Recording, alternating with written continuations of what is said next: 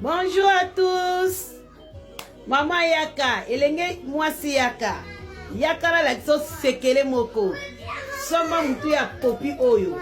Soma mutu ya popi oyo. Somba. Ekoti oyo. Kweto salaka ba mesh na yo. Ba plante na yo. Somba.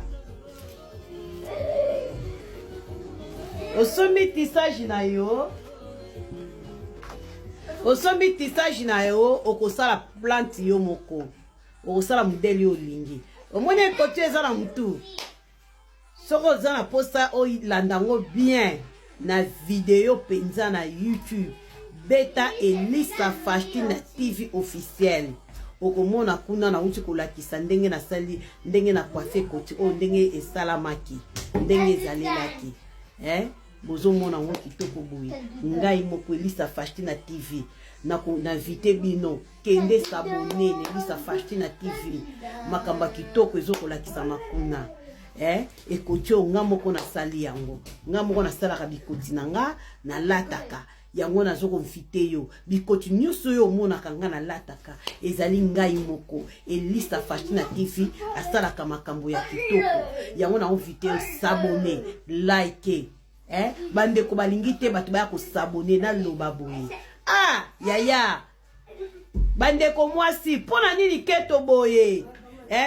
Nazobela ba mama, ba papa, ba yaya. Boya ko s'abonner na Elisa Faustina TV officiel.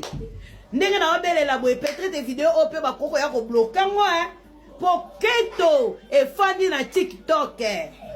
Keto e fandi ni tema batu balingi batu ba s'abonner te na Elisa Faustina TV officiel. Nazo benga bino mo ke s'abonner nde kolongola keto.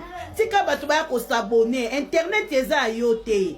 Yaya s'abonner okoye kola makambo ebele na Elisa Faustina TV officiel. Makambo yeba kite okoye bango kuna nde kolongola keto tika ko sinela ka ba video na ngai. Soko lingi kotala ngote soko munyango leka kotala te. Pona nyo ko sinale se video ya muninga na yo. Pona nini okolinga o bloquer chaîne ya ndeko na yo.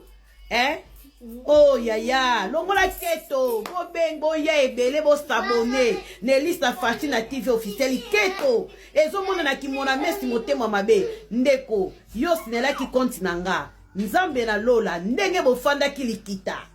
Nzambe wana akopambola kabino na tene na molimo, pe na tene na nzoto. Eza malamu te longola keto, melesina. Merci ebele.